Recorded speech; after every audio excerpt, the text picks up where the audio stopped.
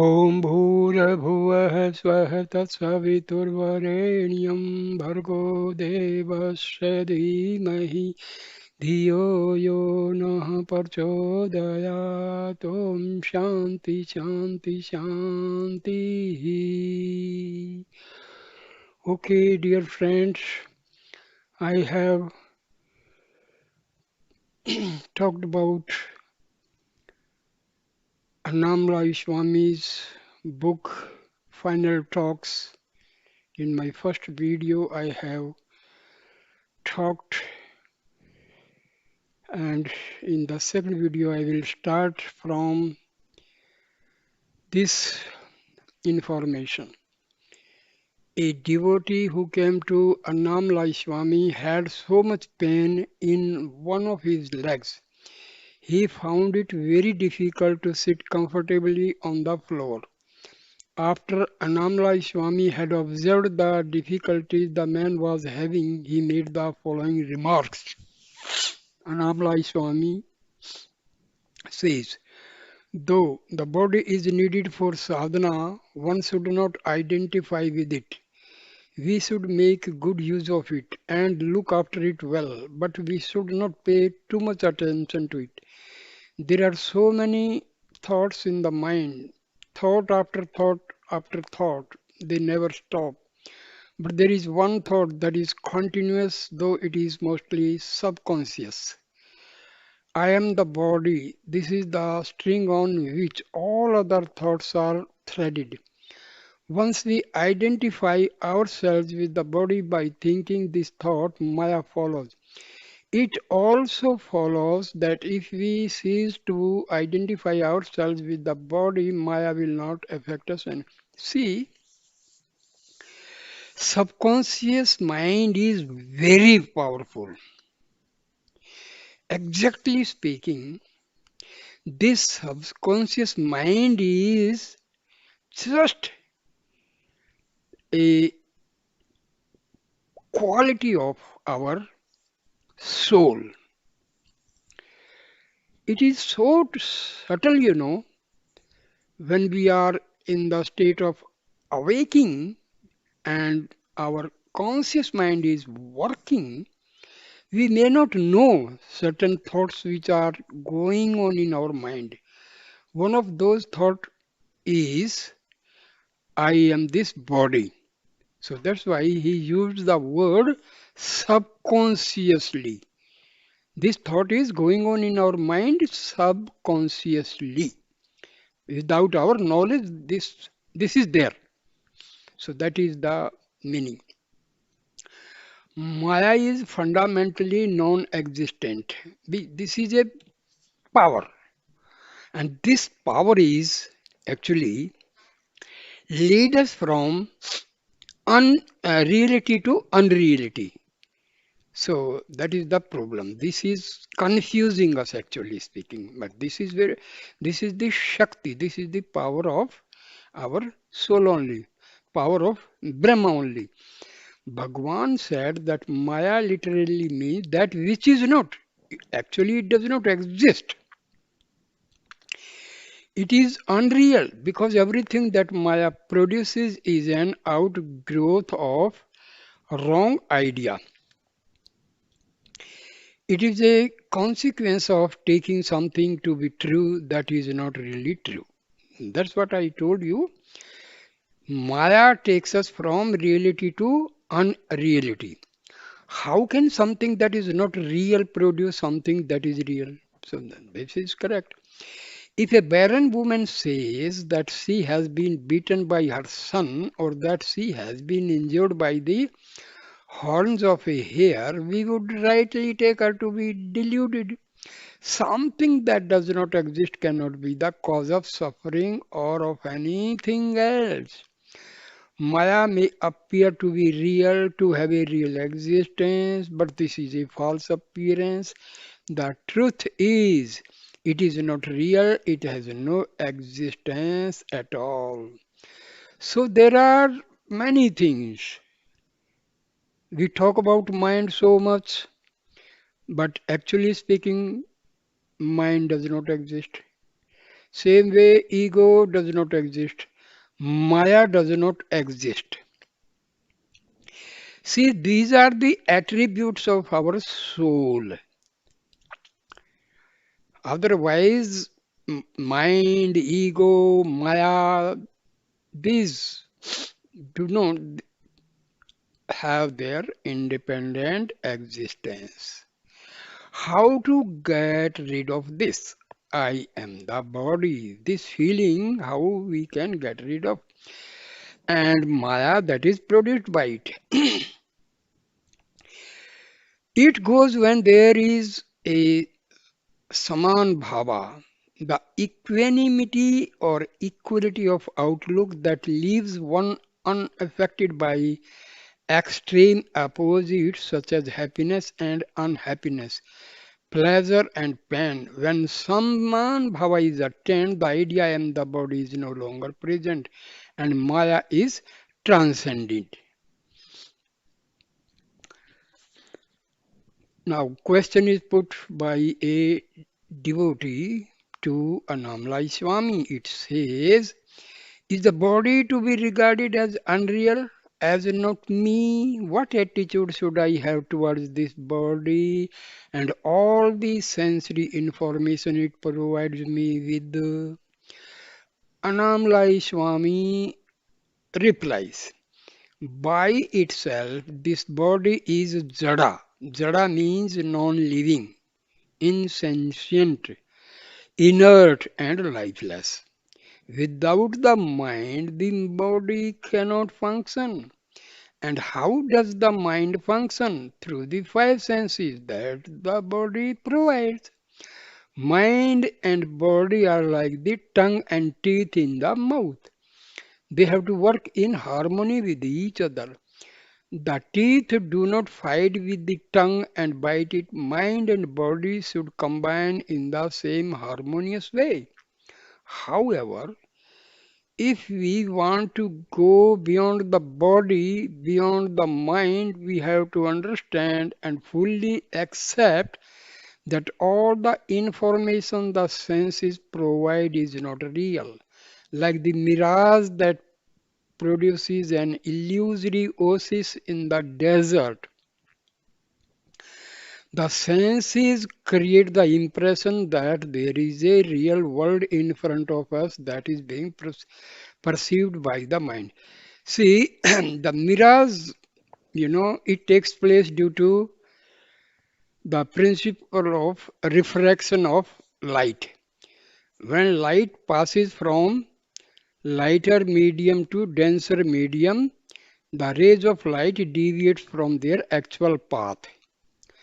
And when they actually pass through a medium like prism and all, there is a dispersion of light. So due to this, by delusion, when we look to a certain distance, it seems in the desert there is water, but actually there is no water because in summer the sand becomes very hot. So, due to different densities of the air media, this refraction takes place and mirage occurs. So this is very simple thing. The senses create the impression that there is a real world in front of us that is being perceived by mind. The apparent reality of the world is an illusion like mirage. It is merely a misperception. When the mind perceives a snake where in reality there is only a rope, this is clearly a case of the senses projecting an imaginary image onto a real substratum. This, on a large scale, is how the unreal appearance of the world is projected by the mind and the senses onto the underlying reality of the self. Once this happens, we see the superimposition, the unreal names and forms we have created, and we forget about the substratum, the reality that underlies them. Now, our soul is the substratum. Everything happens, occurs, because the power to anything, any part of our body, mind, ego, Maya, everything is getting power from our soul. That is the substratum. Many examples are given by our teachers and by our spiritual books. If you see a carved wooden elephant, for example, at some point you forget that it is only wood. You see the form of the carving and your mind gives that form the name elephant. While your mind is registering this name and this form, you are no longer registering the object as a block of wood. Because the basic thing is wood. Rest, the features, the model, everything is secondary. It is the same when you see jewelry made out of gold because gold is the basic material out of which the jewelry is made. But our whole attention is towards the form of the jewelry, not on the basic material out of which it is made. You see a shape, call it a ring or a necklace, and while you are studying the form, you temporarily forget the substance it is made of. Same way, we talk about our body parts, we talk about Maya, talk about ego, talk about mind, but the basic thing that is our soul is completely forgotten. Self inquiry is the process by which attention is put on the substratum instead of on the names and forms that are habitually imposed on it. Self is the substratum out of which all things appear to manifest, and the jnani is the one who is continually aware of the real substratum. He is never deluded into believing that the names and forms that are perceived by the senses have any real existence. See, due to the negligence about our soul, the complete lifespan is spent around mind, ego, maya, and all. This body, body parts, organs, etc. But completely we are ignorant of our soul. So that is the basic thing we are forgetting, and our life is completely revolving around the non-real things, unreality. So what is the aim of talking about all this knowledge? We have to move from unreality to reality. That is the basic thing, and that gives us self-realization, that gives us liberation. But whatever we see in this room, for example, that picture of Bhagwan over there is unreal. It has no more reality than the objects we perceive in our dreams. We think we live in a real, materially substantial world and that our minds and bodies are real entities that move around in it. When the self is seen and known, all these ideas fade away and one is left with the knowledge self alone exists. See, all these things, they are imposed upon ourselves. They are superimposed upon ourselves. So instead of experiencing the self, we completely forget the self and we experience all unreal things like mind, ego, and maya. Now, another devotee puts a question to Swami Annamalai. The question says, If I regard all the people that I see and meet as unreal projections, what do I base my moral sense on? I can go around killing them or robbing them without feeling guilty because I would know that they are just characters in my dream. Wonderful question. And very intelligent question also. Now, Annamalai Swami says, please try to understand what Annamalai Swami says. Everything that we perceive is Maya, an unreal dream. But one should not then think, since everything is unreal, I can do what I like. No. There are dream consequences for the bad acts committed in the dream. And while you still take the dream to be the reality, you will suffer the consequences of your bad behavior. Do no evil and have no hate. Have equanimity towards everything.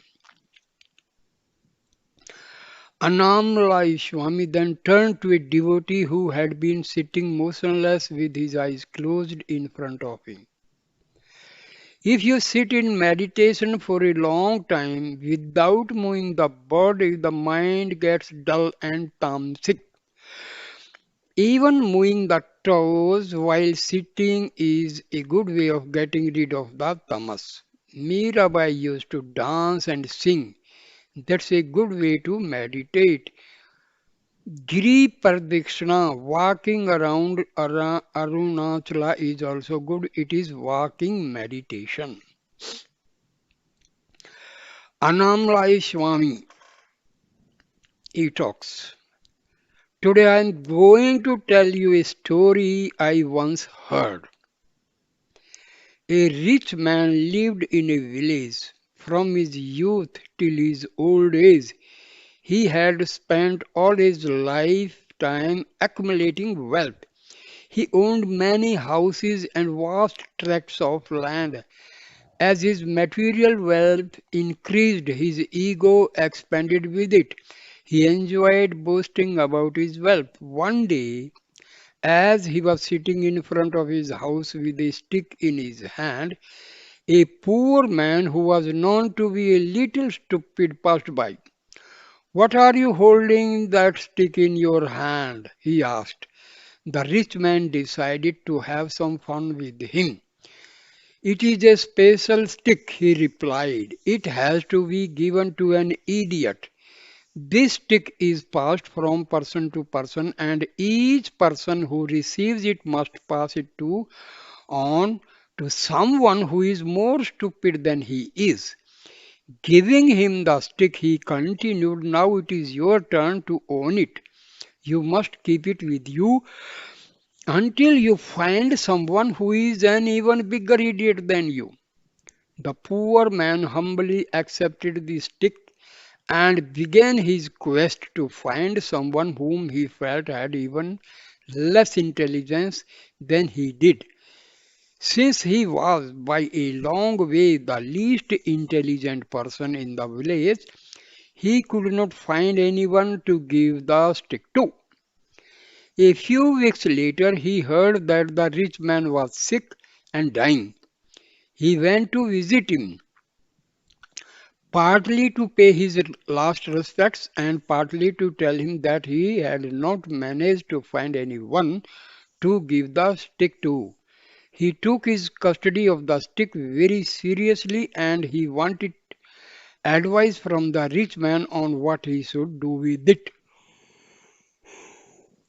After some preliminary conversation about the rich man's health and the fate of the stick, the poor man asked the rich man what was going to happen to all his money when he died. The rich man says, "I have to leave all my money here," answered the rich man. "I do not know where and when I shall be reborn, But I do know that I can't take any of my money with me. I shall have to start off with nothing again. He relapsed into a glum silence, not relishing the prospect of being parted from his money. The poor man, who had never really considered this aspect of dying before, thought about it for a while and then came to a conclusion. You must have the stick, he said, handing it back to him, because I have suddenly realized that you are an even bigger idiot than I am. Though you have had a long life and many opportunities, you have accumulated nothing of value. Then you can carry forward with you. You have no peace of mind because you are worried about losing your money. And you have accumulated no good karma because you have spent your whole life pursuing selfish ends. In a few days, the piles of money you have amassed will have the same value for you as piles of garbage. This money will have no value for you in your next life. But devoting your entire life to the accumulation of things that will ultimately prove to be of no use, you have demonstrated that you are a worthy recipient of the stick. He placed the stick on the rich man's bed and left. That reminds me of a strange comment a disciple once made about his guru. He called his guru a heap of garbage and referred to himself as a hen. When he was asked about this, he replied, a hen can always find something good to eat so long as it keeps busy scratching around in the garbage, but effort is required. If the hen stops scratching, the supply of food stops. The question is put to Annamalai Swami. I was not here yesterday, but I was told that someone asked the following question. I have been following Bhagwan's teaching for many years, but without any obvious benefits. I don't feel any peace. What am I doing wrong? Why am I not getting results? Annamalai Swami replies, self-inquiry must be done continuously. It does not work if you regard it as a part-time activity.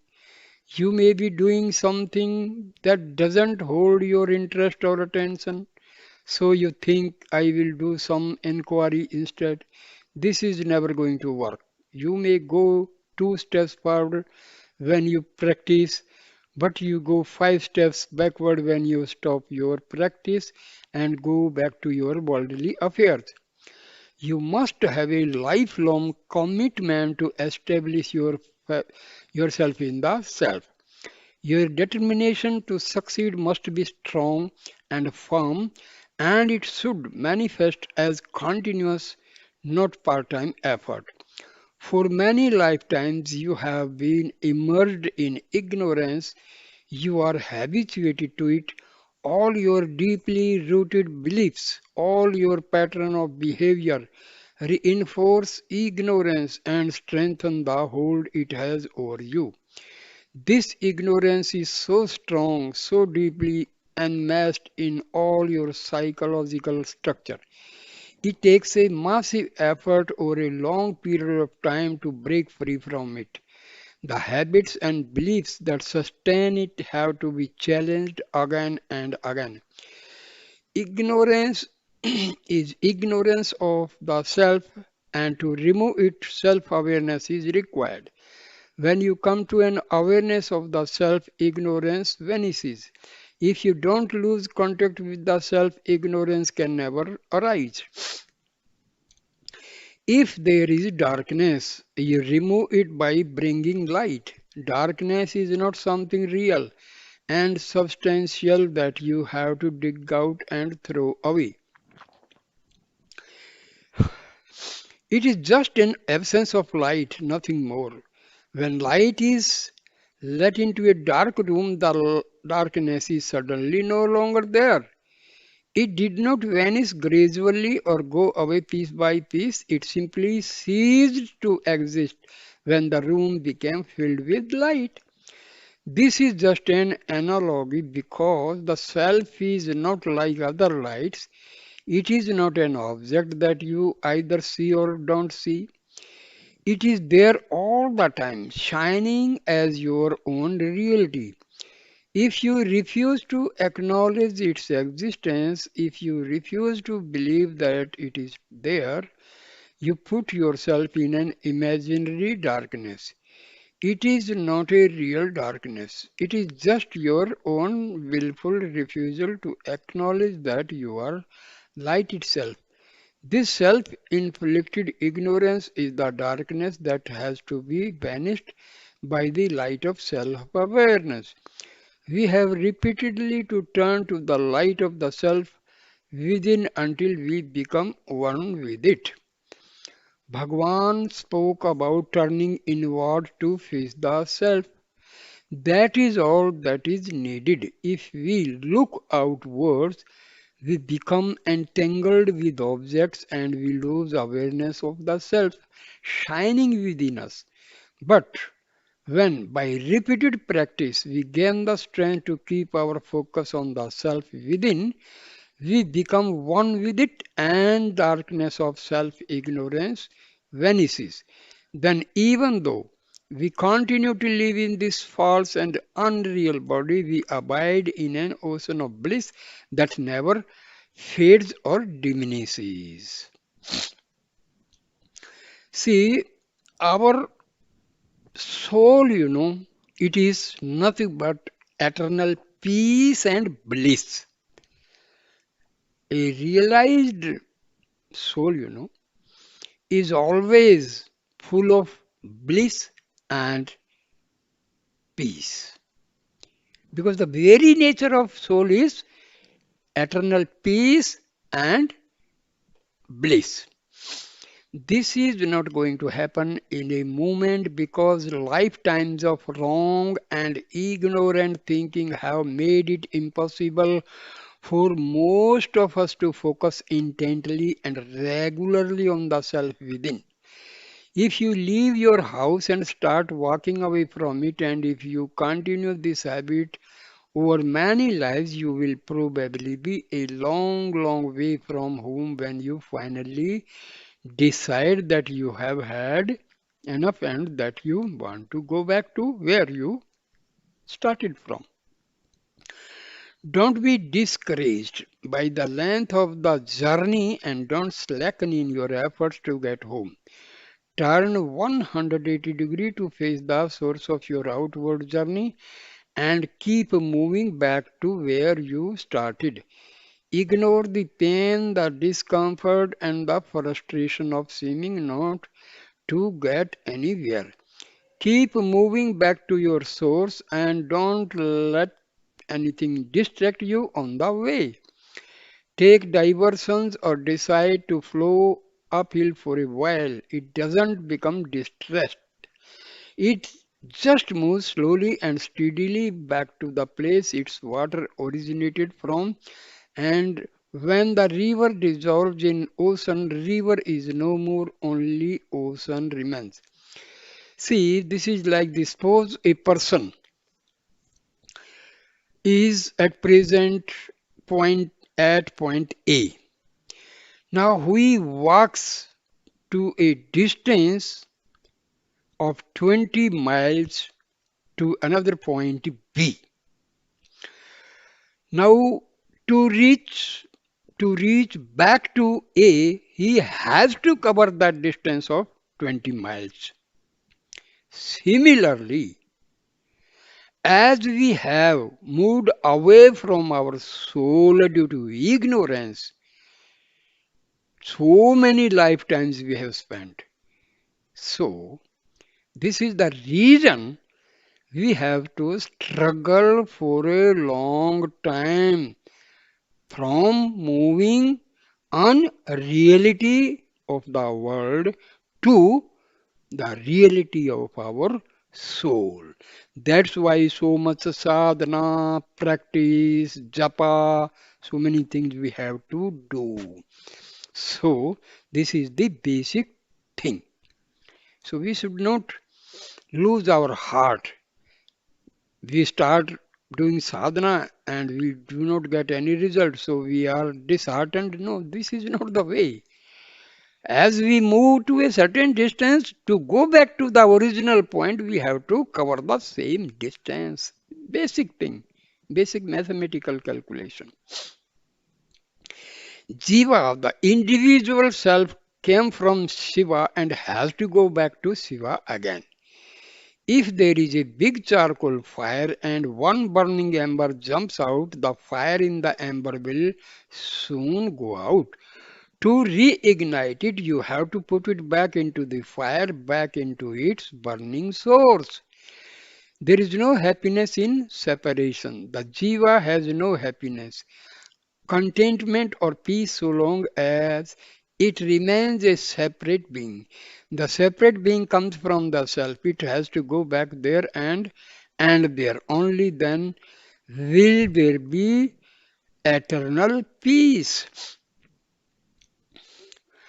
The energy of the sea, when we are, our soul is there in the body and it is there with the help of prana shakti. So this we call it jiva, individual soul. This individual soul, when leaves the body and emerges into the universal soul, that is Brahma, then only we say we are getting liberated. In the energy of the mind comes from where? It comes from the self. In the waking state, the mind functions as a separate entity.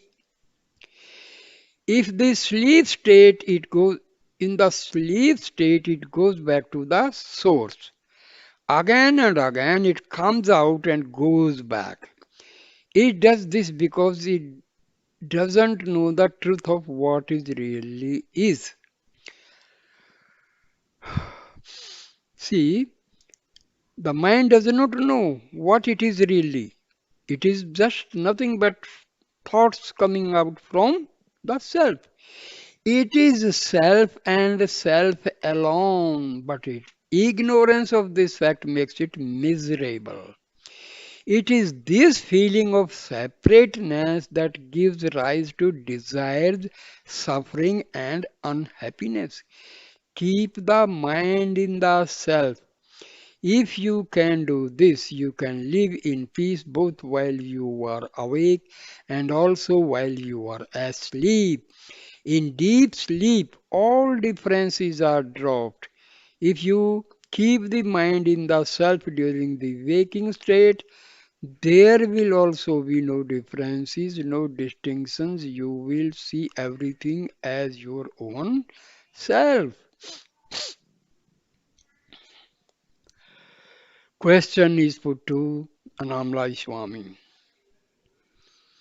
How can we recognize a jnani? Annamalai Swami replies. For a mature seeker, there is one principal symptom of being in the presence of a jnani. If the seeker's mind becomes quiet without any effort, then this is a good indication. But this is not a test that is valid or conclusive for everyone. If an immature seeker sits in the presence of a jnani, his or her mind will probably remain just as active as ever. It is very difficult for ordinary people to determine who is and who is not a jnani. There are no consistently reliable tests. This reminds me of a story that was told by Ramakrishna. A sadhu was sitting in samadhi in the shade of a tree by the side of the road.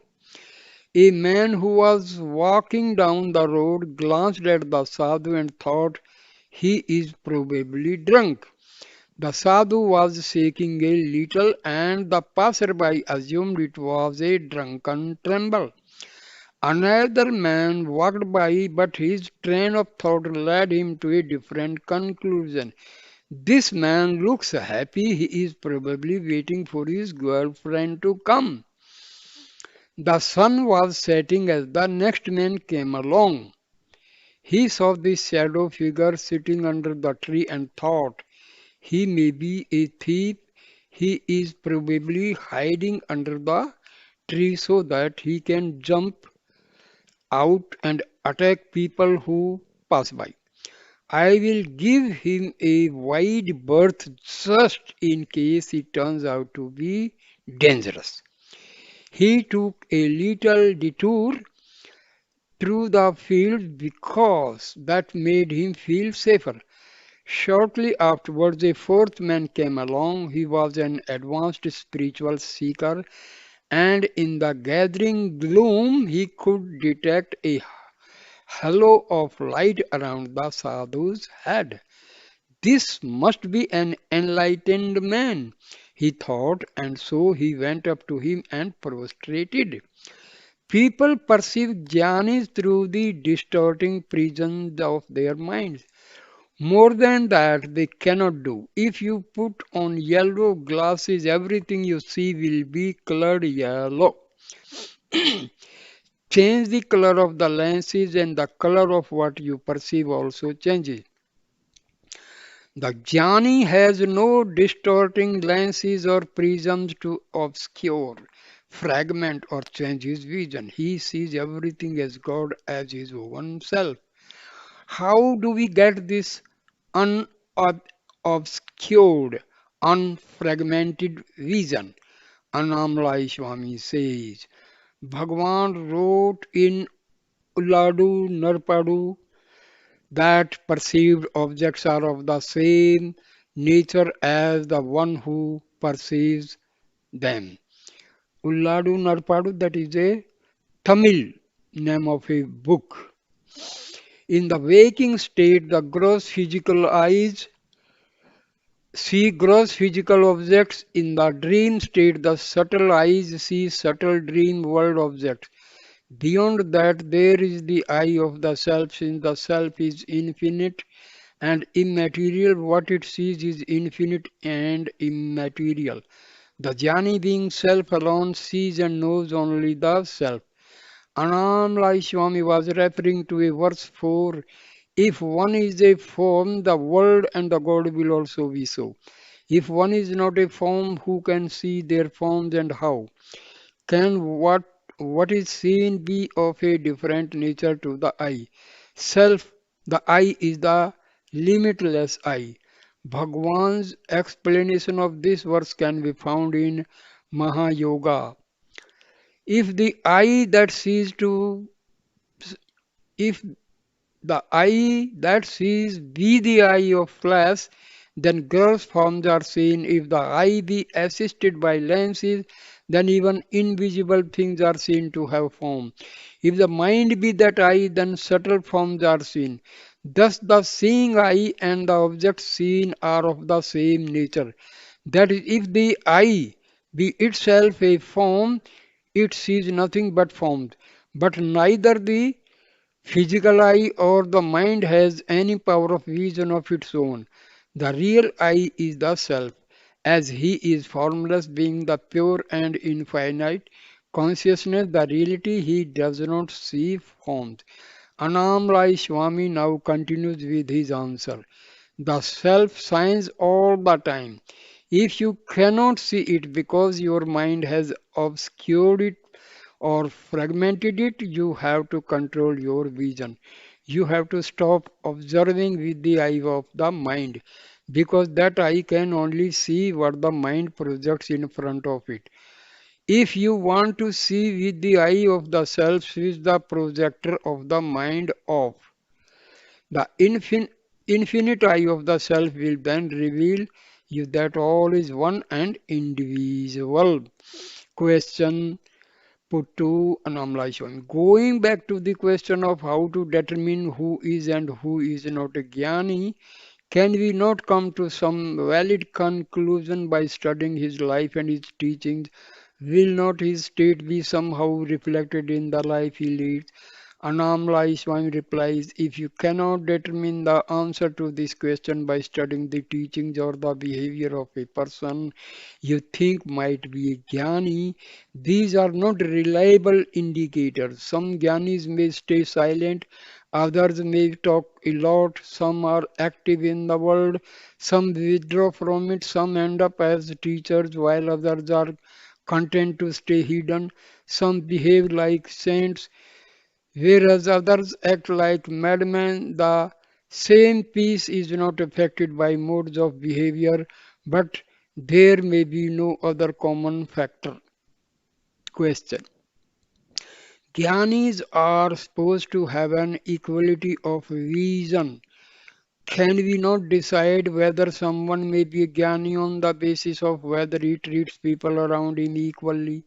Annamalai Swami. Jnanis remain absorbed in the self at all times, and their apparent behavior is just a reflection of the circumstances they find themselves in. Some may appear to be egalitarian, others may not. They play their allotted roles, and though they may seem to be involved in them as ordinary people would be, they are not really touched by any of the events that occur in their lives. Equal vision may be there, internal equanimity may be there, but don't expect all Gyanis to behave in a prescribed egalitarian way. Bhagwan often used to cite King Janaka as an example of a jnani who was fully involved in the affairs of the world, but when his palace caught fire and was burning to the ground, he was the only person in the vicinity who was not disturbed. In the same story, there was a group of sadhus who lived near the palace. When the fire began to spread, they panicked and began to collect their sticks, their spare copies, their water pots, and so on. They had very few possessions, but they were still very attached to them, and they definitely did not want to lose them to the fire. They were more worried about their space underwear than Janaka was about his palace. Janaka watched his palace burn to the ground with complete equanimity. When you have this jnana, your inner peace is a solid rock that cannot be disturbed. Being rich and being a king will not obstruct jnana. It is just a question of having the right attitude. There is a story in Yoga Vasishtha about a king called Mahabali. He had lost interest in his kingdom, his riches and his pleasures because he had developed a strong desire for a jnana. He summoned his guru Sukracharya to the court and asked him what he should do to attain jnana. Mahabali was assuming that Sukracharya would tell him to renounce his kingdom and go to the forest and meditate. Instead, Sukracharya told him, I am the self, you are the self, all is the self. That is all you need to know to attain this jnana you are looking for. I cannot give you any lengthy teachings today because I have to go and attend a meeting of the gods. Anyway, lengthy teachings are not needed. Just remember the words I have told you. If you can hold on to this knowledge, I am the self at all times, no further practice or initiation will be necessary. There is another story about Janaka that I like. A man called Sukra Brahma called on Janaka for spiritual advice. I am a seeker of truth, he has said. What can you tell me? What did you see while you were coming here? Asked Janaka. I saw houses made of sugar, answered Sukra Brahman. I saw streets made of sugar. I saw trees and flowers made of sugar. I saw animals made of sugar. I saw your palace and saw that it was made of sugar. Everything I saw was made of sugar. As I stand here, I said that you are made of sugar and that I also am made of sugar. Janka laughed and said, you are a ripe soul. You don't need any teaching. You are. A question is put to Swami Annamalai. The question says, some people realize the self just by hearing the Guru's words. How is this possible? Annamalai Swami replies, disciples who are spiritually very advanced can realize the self as soon as they hear the truth from an enlightened Guru because the words of such a being have great power. If you are in this advanced state, they will reach your inner core and reveal to you the peace that is your real nature. When the Guru tells you that you are the self, there is a power and an authority in those words that can make them become your own reality. If you are pure and ready, no practice will be required. One word from a jnani and his state will become yours too. Another question is put to Annamalai Swami. How does the mind project this world I see in front of me? Annamalai Swami replied, everything we see in this waking state is a dream. These dreams are our thoughts made manifest. Bad thoughts make bad dreams, and good thoughts make good dreams. And if you have no thought, you don't dream at all. But even if you do dreams, you must understand that your dream is also the self. You don't have to suppress thoughts or be absolutely thoughtless to abide as the self. If you know that even your waking and sleeping dreams are the self, then the thoughts and the dreams they produce can go on. They will not be a problem for you anymore. Just be the self at all times. In this state, you will know that everything that appears to you is just a dream. Another question. Question says, what I am trying to say is, how do thoughts and desires create this world we live in? It does not seem possible that all this that I see could be a manifestation of my hidden desires. And Annamalai Swami replies, imagine that a man has to catch a train at 3 a.m. He goes to bed thinking I have to wake up before that so I can catch the train. Then sometime during the night he has a dream in which he wakes up at 2:30. He remembers the train journey, gets out of bed, goes to the station, boards the train and takes his seat. Then he thinks, I got up early this morning, I am a bit sleepy, I will lie down and have a nap. He stretches himself out and goes to sleep. The next morning he wakes up at 8 a.m. in his own bed at home and realizes that he has missed the train. His whole journey had just been a dream that had been provoked by the thought, I must wake up before 3 a.m. The waking state which you take to be real is just an unfolding dream that has appeared to you and manifested in front of you on account of some hidden desire or fear. Your vasanas sprout and expand miraculously, creating a whole waking dream world for you. See it as a dream. Recognize that it is just an expansion of your thoughts. Don't lose sight of the self, the substratum on which this vast, unbelievable dream is projected. If you hold on to the knowledge, I am the self, you will know that the dreams are also the self and you won't get entangled in them. Another question. All is one may be the truth, but one cannot treat everything in the world equally in daily life. One still has to discriminate and make distinctions. Annamalai Swami. I once went for a walk near the housing board building, government flats that were built in the 1970s about 300 meters from Annamalai Swami's ashram. There was a sewage trench on one side of the building. I could smell the stench of the sewage even though I was a long way away. I stayed away from it because I did not want to be nauseated by the bad smell. In circumstances such as these, you don't say all is one. Everything is the self and paddle through these surveys. The knowledge everything is the self may be there, but that doesn't mean that you have to put yourself in dangerous or health threatening places. When you have become one with the self, a great power takes you over and runs your life for you. It looks after your body, it puts you in the right place at the right time, it makes you say the right things to the right people you meet.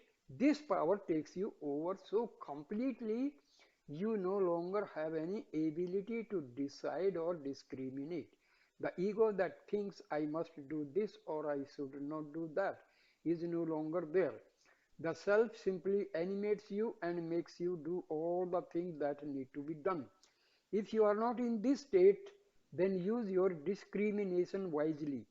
You can choose to sit in a flower garden and enjoy the scent of the blooms, or you can go down to that trench I told you about and make yourself sick by inhaling the fumes there. So, while you still have an ego and the power of discrimination that goes with it, use it to inhale the fragrance that you find in the presence of an enlightened being. If you spend time in the proximity of a jnani, his peace will sink into you to such an extent that you will find yourself in a state of peace. If instead you choose to spend all your time with people whose minds are always full of bad thoughts, their mental energy and vibrations will start to seep into you. I tell you regularly, you are the self, everything is the self. If this is not your experience, pretending that all is one may get you into trouble. Advaita may be the ultimate experience, but it is not something that a mind that still sees distinctions can practice. Electricity is a useful form of energy, but it is also potentially harmful. Use it wisely. Don't put your finger in the socket, thinking all is one. You need a body that is in good working order in order to realize the self. Realizing the self is the only useful and worthy activity in this life. So keep the body in good repair till that goal is achieved. Afterwards, the self will take care of everything and you won't have to worry about anything anymore. In fact, you won't be able to because the mind that previously did the worrying, the choosing, and the discriminating will no longer be there. In that state, you won't need it and you won't miss it. Question: what should be the right attitude when one sits in the presence of a jnani? Annamalai Swami replied, just keep quiet. Make contact with the silence of the self within. This is the way of making contact with your Guru, and it is also the best attitude to have when you are sitting in his presence. Another question is put to Annamalai Swami. I understand this is also my inner feeling, my own belief of what I need to do, but knowing it does not produce the desired results. I know that I can make contact with my real Guru by abiding as the self within, but it rarely happens. I cannot abide in that state all the time. And when I am out of that state, I am acutely aware of the separation. Then, when I feel that separation, I feel a need to be in the Guru's physical presence. The advice, go back to the self within, is not so attractive then because I know I cannot do it. Annamalai Swami replies, who is feeling this separation? Who is separate from whom? Ask yourself this question whenever these thoughts rise. I remember a devotee who got very attached to Bhagwan's feet. He would touch his feet and then try to hold on to them for a long time. One day Bhagwan said to him, don't get attached to these feet because one day they will disappear if you are so attached to physical things. When they go, you will be depressed and you will feel miserable. Hold on to the self within. That is the Guru's true feet. It will never go away because it is eternal. The self abides within you as your Guru. It is up to you to find him there and to stay with him. The light of the self cannot be extinguished. It is eternal and immanent. It is not like ordinary lights that can be switched on and off. Once it is discovered within, it will be on all the time. The incident that Annamalai Swami reported in his final answer also seems to have been recorded by Sadhu Natananda in his Tamil book Sri Ramana Darshanam. In a section about devotees who wanted to hold on to the Guru's feet or show excessive respect to him, he has Bhagwan give out two emphatic statements. The first to a devotee who was holding on to his feet, and the second to another devotee who was performing an over elaborate prostration. Only the Supreme Self, which is ever shining in your heart as the reality, is the Sadguru. The pure awareness, which is shining as the inward illumination, I, is His gracious feet. The contact with these inner holy feet alone can give you true redemption. Joining the eye of reflected consciousness till the bhasha, which is your sense of individuality to these holy feet, which are the real consciousness, is the union of the feet and the head, which is the real significance of the word asi, the verb in tattvam asi, that thou art. As these inner holy feet can be held naturally and unceasingly hereafter, with an inward turned mind, cling to that inner awareness which is your own real nature. This alone is the proper way for the removal of bondage and the attainment of supreme truth. The benefit of performing namaskaram, prostrating to the Guru, is only the removal of the ego. That is not attained except by total surrender. Within the heart of each devotee, the gracious Guru is giving darshan in the form of consciousness. Since to surrender is to offer fully in silence the subsided ego, which is a name and form thought, to the aham sapurna, the effulgence of I, the real holy feet of the gracious Guru. Since this is so, self-realization cannot be attained by a bowing of the body, but only by bowing of the ego. A foreign woman came to see Annamalai Swami. While she was prostrating to him, she seemed to become unconscious of her surroundings and she remained lying on the floor at his feet for about 10 minutes. This was not the first time that she had fallen into this state while in Annamalai Swami's presence. After watching her for some time, he shouted at her, Annamalai Swami, you should not go into Laya, a trance-like state like this.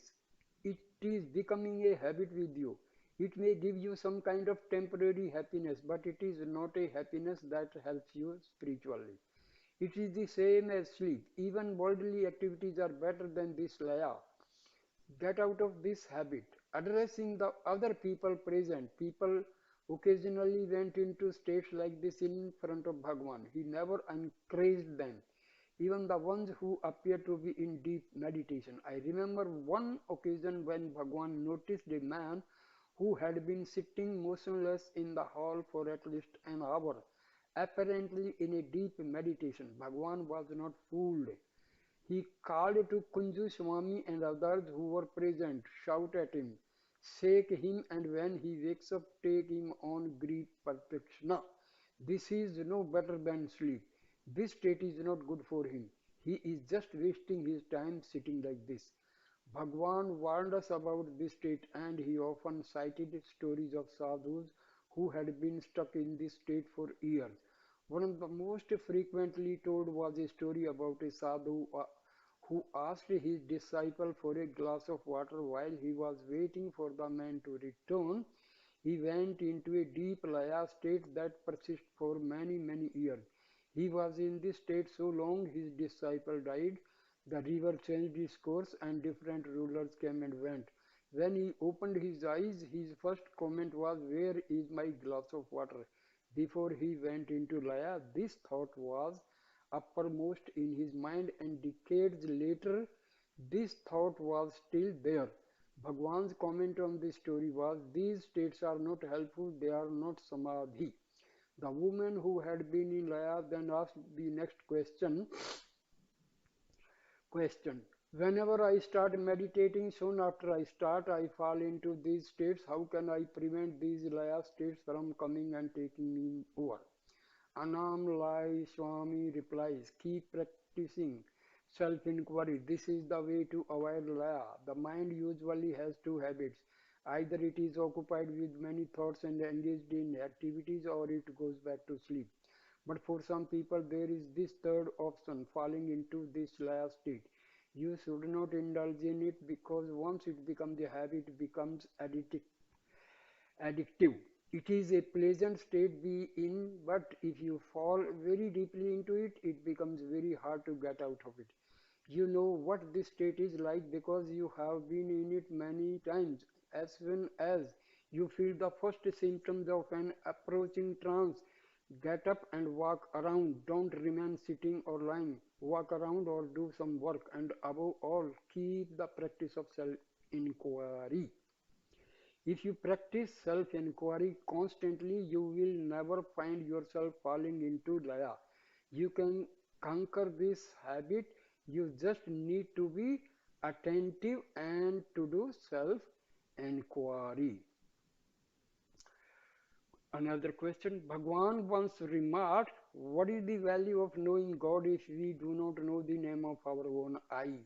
We also spoke about the I vibration, saying that it was an emanation of the self. When Bhagwan spoke of I, did he mean that it was Shabd a subtle sound, or is it merely the feeling I? Annamalai Swami replied, they both indicate and mean the self. Question. Is the sound also the self? Annamalai. The sound is happening in the self. Question. Is it same as the self, or is it the reflection? Annamalai. It is also a part of the self. Question. So is it like the white color of milk inseparable from the milk? Annamalai Swami replies, yes. Another question. I am asking this because I hear the sound all the time, but I do not know if I feel the I in the heart. There is a feeling that I ought to be going deeper, so I ask myself, what is the feeling of the sound? Is this a good practice? Annamalai Swami replies, let me give you an example. The fan over our head is spinning around. A stream of cool air is coming from it, but we also hear the noise of the motor. Both perceptions originate from the working of the fan. It is the same with the self. The soundless sound of the self goes on all the time by itself. It does not make a sound. It is the subtle sound. If you tune into this sound, you can't actually listen because it is not a physical noise. That tuning in will lead you to the peace of the self. That peace is prior to and beyond this very subtle pulsation. When you reach that final peace, that ultimate stillness, the sound will disappear in the self. In that final place, there is no sound, there is only peace, somewhat like the peaceful, soundless state that is experienced in deep sleep. However, full awareness remains there. It is not an unconscious state. Most people cannot hear or be aware of the subtle inner vibration because it is drowned out by the physical noise of the outer world and by the persistent mental noise of the mind. The only people who can hear the sound are those in whom thoughts have mostly disappeared. One needs to be in deep level of mental peace in order to be aware of this sound. This subtle vibration is resonating all the time in all people, by virtually no one hears it because preoccupation with thoughts covers it up. Bhagwan was not the first teacher to talk about this subtle sound. Himalaya, for example, mentioned in Tripura Rahasya. So this inner sound is not something newly discovered. Close your mental and physical ears and you will hear this vibration resonating all the time. So here I stop the video for the day. Please subscribe my channel and like, share and comment on my video. Thank you, dear friends.